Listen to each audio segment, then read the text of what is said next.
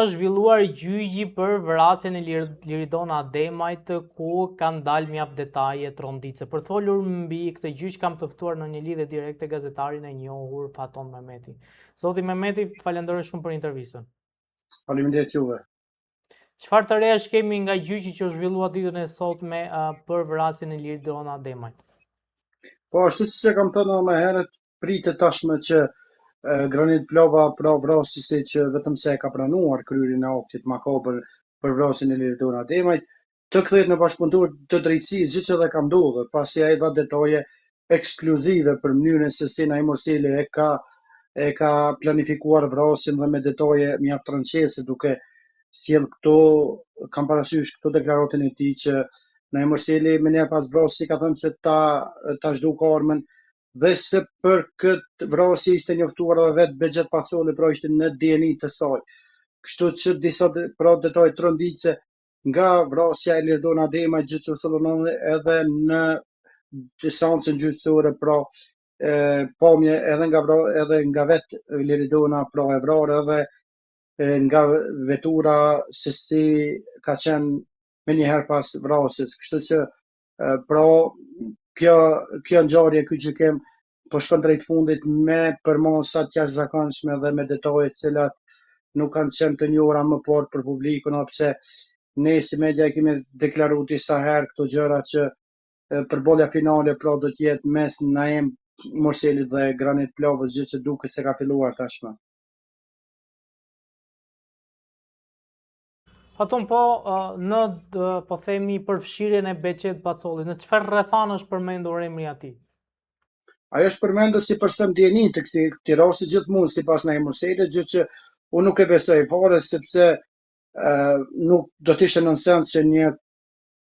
politikan që fuqishëm që ka qenë më herët zotri Pacoli, gjë që tashmë nuk është aktiv, po me përmasat e tij si ish president dhe ish njeri një ndër elitat më të larta të politikës së Kosovës, binte në këtë nivel sa të ishte ndjeni për një vrasje dhe mos ta parandalonte atë. Kështu që kjo është nonsens, mirë po thjesht këto janë aludime dhe tentativa të Naim Urselit për të demaskuar, si thuash, edhe persona tjerë të cilët sipas tij në gjykimin e tij nuk i kanë qëndruar pranë gjatë këtij rasti. Kështu që kjo është një tentativë edhe për të demaskuar, mirë po edhe për të dhënë kohë krejt tjetër këtij akti, për të thënë se për këtë rast pra nuk ishte vetëm ai njeriu që kishte planifikuar, mirë po kishte edhe të tjerë. Kështu që po dëshiron të jap një kohë tjetër duke implikuar personalitete dhe emra të fuqishëm në mënyrë që për kratyre pastaj të mund edhe këtë t'ia dal paç kësaj pune, por thjesht këto janë aludime të një njeriu që në gjykimin tim ka përveç tmetave mentale është edhe një kriminal i pastër. Është përmendur dhe Valon Lluka si person lidhur me po themi që në dieni të ngjarjes pra nga Naim Urseli për ca lek për që i kishte marrë.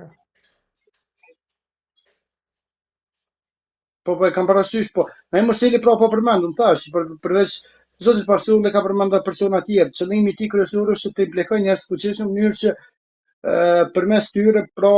të mund t'ia dal kësaj pune, por edhe në anën tjetër, e thash edhe më herët, padoshë që të bëhemi tepër të përshëndes, Naim Urseli po dëshon t'ju akmerrë disa njerëz të cilët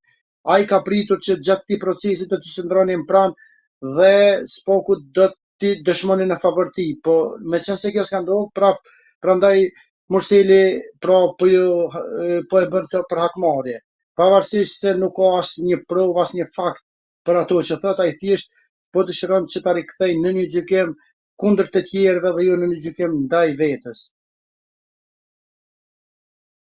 Fatona, ka pasur reagim nga familjarët e Liridonës? Jo, ata familjarët e Liridonës marrin pjesë në seancat gjyqësore vazhdimisht, kështu që ata tashmë e dinë rastin dhe ata janë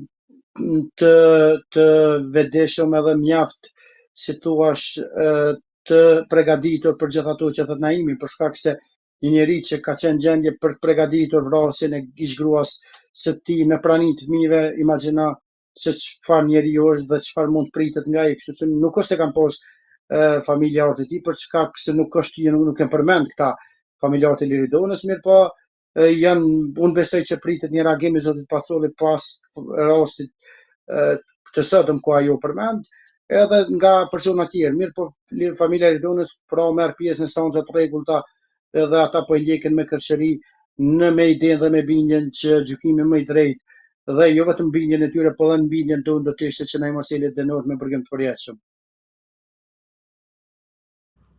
Çfarë detajsh kemi tjera nga kjo ngjarje që u thanë gjatë këtij gjyqi? Po, pra, nuk ka pas, këto kanë qenë si thua pikat e forta të kësaj, prokuroria ka sjellë edhe foto ekskluzive me një parë vrasjes së Liridonës, me Liridonën në sediljen e pasaxherit ku ajo tashmë e vdekur dhe pra pas sediljes pra gjetur edhe një telefon dhe krejt këto pra kanë qenë si thua detaje ekskluzive që nuk janë sjellë mas njëherë. Pritet që në vazhdim të këtij procesi të ketë edhe përballje edhe akoma më të forta mes Granit Plovës dhe Naim Morselit, me Granit Plovën që tashmë është rikthyer në bashkëpunëtor të drejtësisë për arsye se ai e ditë shumë mirë që nuk mund t'ia dalë dot përballë fakteve të prokurorisë, prandaj ka zgjedh gjykimin tim rrugën më të mirë dhe më drejtë për të kthyer në bashkëpunëtor të drejtësisë dhe për të deklaruar dhe për të thënë gjithë ato që vazhdimisht janë mohu Naim nga Naim Morseli. Mirë po, dëshmitë e prokurorisë dhe dëshmia e Granit Plovës janë ato që po e fundosin Naim Morselin deri në aktin final në burgim të përjetshëm. A është zbërthyer telefoni i Liridonës deri tani? Po, është zbërthyr patjetër telefoni i Liridonës, aty janë gjetur edhe mesazhe, mirë po Naimi ka qenë i kujdesshëm që mos lë mesazhet që do ta diskreditonin dhe do ta implikonin atë, për shkak se ky kishte përgatitur vrasjen më herët, por nuk është gjetë diçka, ato që janë gjetë në telefonat ka qenë telefonin e Naim Morselit, pra ato që janë gjetur me komunikimet që ka pasur me Granit Plovën dhe gjitha detajet që janë përmend seancat e mëhershme ku Naimi pra në njërin prej mesazheve thotë tashmë shkova për të kryer punën. Pra më njëherë pasi kishte dalë nga restoranti me Liridonën, nga ku Granit Plova po i ndiqte dhe më njëherë pra kishte dërguar këtë mesazh se është koha për ta kthyer për ta kryer punën. Kështu që ajo ishte një dëshmi mjaft e fortë pra që gjë që ka pranuar dhe Granit Plova që ky mesazh pra i ka ardhur atij thjesht për momentin kur Naimi ishte nisur me vetur nga restoranti dhe i kishte thënë Granitit që dilte përpara tyre në mënyrë që ta vriste tashmë të ndjerin Liridon Ademaj.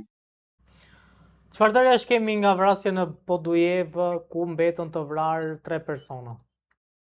Jo, nuk kemi diçka të re, pra përveç ato që i kemi thënë, unë kam qenë i pari që i kam thënë disa detaje, cilat fillimisht janë mohu nga familja, por pastaj kanë dalë dritë, unë kam thënë që ka qenë i martuar, pra tashmë Elias Brahimi, por familjarët e kanë mohu, por dëshmit po dalin çdo ditë që ai vërtet ka qenë i martuar, kështu që unë për brenda 2 orëve kam arritur ta zbërthej gjithë enigmën e kësaj historie, pra edhe faktin që ai ka qenë i martuar dhe tashmë arditën thjesht e ka pas si një rezervë, si një dashnore rezervë, kurdo që ka orë në Kosovë ka taku, mirë po tashmë ardita duke qenë edhe prej një fisi, prej Majacit, ka atje ku njerëz kryesisht janë njerëz të rrep, po them kuptimin e asaj që pushkën e mbajnë në një stek, duket që ka përdorur për ta ekzekutuar tashmë. Ishte dashjen e saj gjithmonë me pasi ai vetëm se kishte refuzuar, pra që shkëputej nga gruaja dhe bashkohej tashmë me Arditën. Dhe kështu që edhe tashmë një detaj tjetër që ka dalë në pa është se me shumë gjas enigma e gjithë kësaj historie ka qenë gruaja Xhaxhait përse është vrarë dhe duket që ajo tashmë po del që ka qenë halla tashmë Elias Brahimit. Për çfarë janë takuar në momentin që këta përgjithsisht, siç po e thua dhe ti, kohët e fundit kanë filluar që po themi ta refuzoj Arditën viktima? Po Eliasi kishte ardhur nga Gjermania për